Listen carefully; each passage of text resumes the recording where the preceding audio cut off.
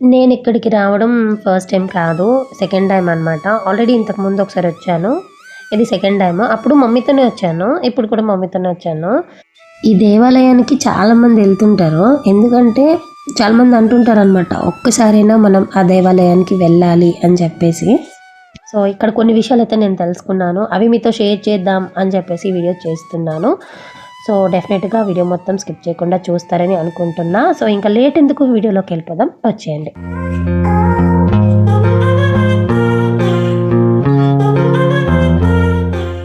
Hello అందరికీ, welcome back to my channel. నేను మీ smiley సంతోషిరావు. ఎలా ఉన్నారు అందరూ? బాగున్నారా?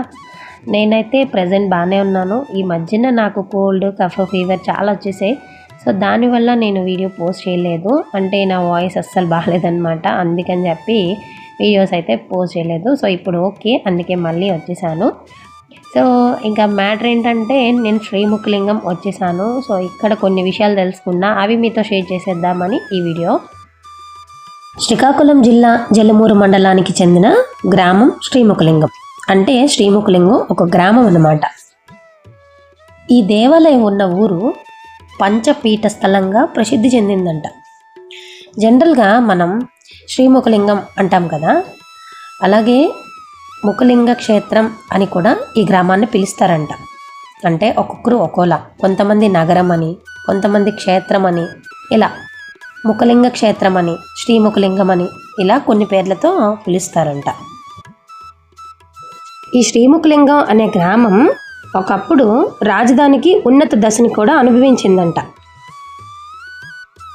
కొన్ని గ్రామాల్లో కొన్ని మతాల వాళ్ళు మాత్రమే ఉంటారు కదా, కానీ ఈ గ్రామంలో మాత్రం అన్ని మతాల వాళ్ళు ఉండేవాళ్ళంట. యాక్చువల్గా దక్షిణ భారతదేశంలో రాతితో నిర్మించిన ఏకైక దేవాలయంగా ఈ శ్రీముఖలింగ దేవాలయాన్ని చెప్తారు.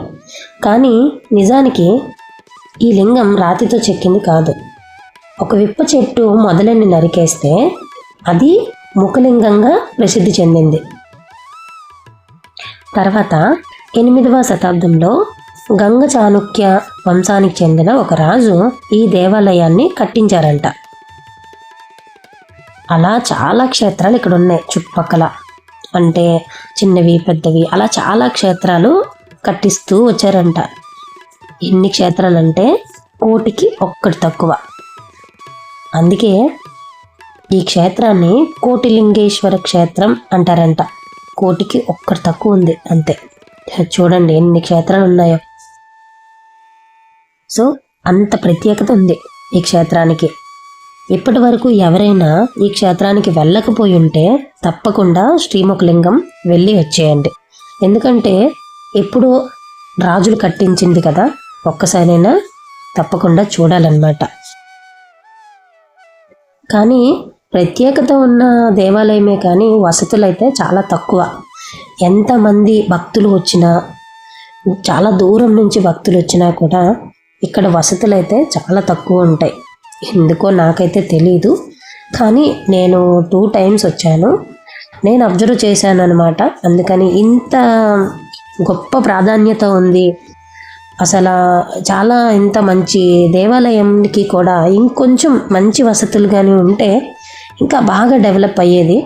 బట్ వసతులు అయితే కొంచెం తక్కువ ఉన్నాయి. అవి ఎందుకో తెలియదు నాకు. సో కానీ మనం ఆ దేవుణ్ణి దర్శించుకొని రావాలి కదా. సో అది కదా మనకి ఇంపార్టెంట్. సో డెఫినెట్గా ఎవరైనా వెళ్ళకపోయి ఉంటే మాత్రం ఆ దేవుని దర్శనం చేసుకొని వస్తారని నేను కోరుకుంటున్నాను. ఎందుకంటే వెళ్ళండి చూడండి అంటున్నానంటే దీని మీద ఒక శ్లోకం ఉంది, అది నేను ఇప్పుడు చెప్తాను. కాశీలో నివాసం, గంగా స్నానం, శ్రీశైల శిఖర దర్శనం, శ్రీముఖలింగేశ్వర ముఖ దర్శనం చేసిన వాడికి పునర్జన్మ ఉండదంట. చూసారా, అంత గొప్ప ప్రాధాన్యత ఉంది. సో అందుకని చెప్పి ఒక్కసారైనా మీరు వెళ్ళి చూసుకొని రండి అని చెప్తున్నాను. కాశీ నివాసం అంటే 9 రోజులు కాశీలో ఉండాలంట. 9 రోజులు కాశీలో ఉంటే 9 నెలలు మన అమ్మ కడుపులో ఉన్నట్టే. 9 నెలలైతే కాశీలో ఎలాగో ఉండలేములండి. అందుకే 9 రోజులైతే ఉండాలంట. తర్వాత గంగా స్నానం. గంగా స్నానం అంటే హరిద్వార దగ్గర నుంచి ఎక్కడికక్కడే ఉంటాయి. సో ఎక్కడైనా గంగా స్నానం చెయ్యాలి కన్ఫామ్గా. తర్వాత శ్రీశైల శిఖర దర్శనం. ఇదైతే మన చేతిలో లేదు. ఆ దేవుడు మనకి ఎప్పుడు దర్శనమిస్తే అప్పుడే కలుగుతుంది.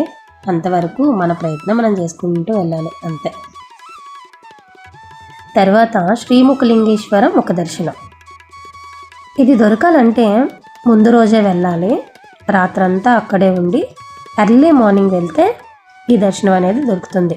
లేదు అంటే దగ్గరలో ఉన్నాం అనుకునే వాళ్ళు ఎర్లీ మార్నింగ్ వెళ్తే ఖచ్చితంగా దొరుకుతుంది అన్నమాట. సో ఇక్కడ ఈ దేవాలయంలో శ్రీముఖలింగం గ్రామంలో శివరాత్రి రోజు, అలాగే మనకి కార్తీక మాసంలో చాలా మంచి ఉత్సవాలు జరుగుతాయి. ఆ టైంలో వస్తే చాలా బాగుంటుందండి. కానీ పిల్లలతో వచ్చేటప్పుడు కొంచెం జాగ్రత్తగా వచ్చి జాగ్రత్తగా వెళ్ళాలి, ఎందుకంటే ఎక్కువ మంది వస్తారు కదా. అందుకని ఆ టైంలో అయితే ఉత్సవాలు మాత్రం చాలా బాగుంటాయి. సో ఇదండి నాకు తెలిసిన శ్రీముఖలింగం కోసం అయితే కొన్ని విషయాలు చెప్పాను. ఇంకా తెలుసుకోవాల్సినవి చాలానే ఉన్నాయి, బట్ నాకు తెలిసినంత వరకు అయితే నేను చెప్పాను. సో నన్ను చాలా సపోర్ట్ చేస్తున్నారు. నన్ను సపోర్ట్ చేసిన వాళ్ళని అయితే నేను ఎప్పటికీ మర్చిపోను. సో శ్రీముఖలింగం మీలో ఎంతమంది వెళ్ళొచ్చారనేది కామెంట్ చేయడం అయితే అసలు మర్చిపోవద్దండి. సో ఈ వీడియోలో ఇన్ఫర్మేషన్ ఉంది అని మీకు అనిపిస్తే మీ ఫ్రెండ్స్ అండ్ ఫ్యామిలీ మెంబర్స్కి అయితే షేర్ చేయండి. సో వీడియో నచ్చితే ఒక చిన్న లైక్ చేసేయండి ప్లీజ్. మీ లైక్ నాకు చాలా ఇంపార్టెంట్.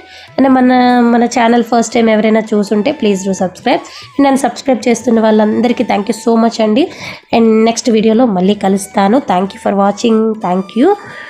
బాయ్.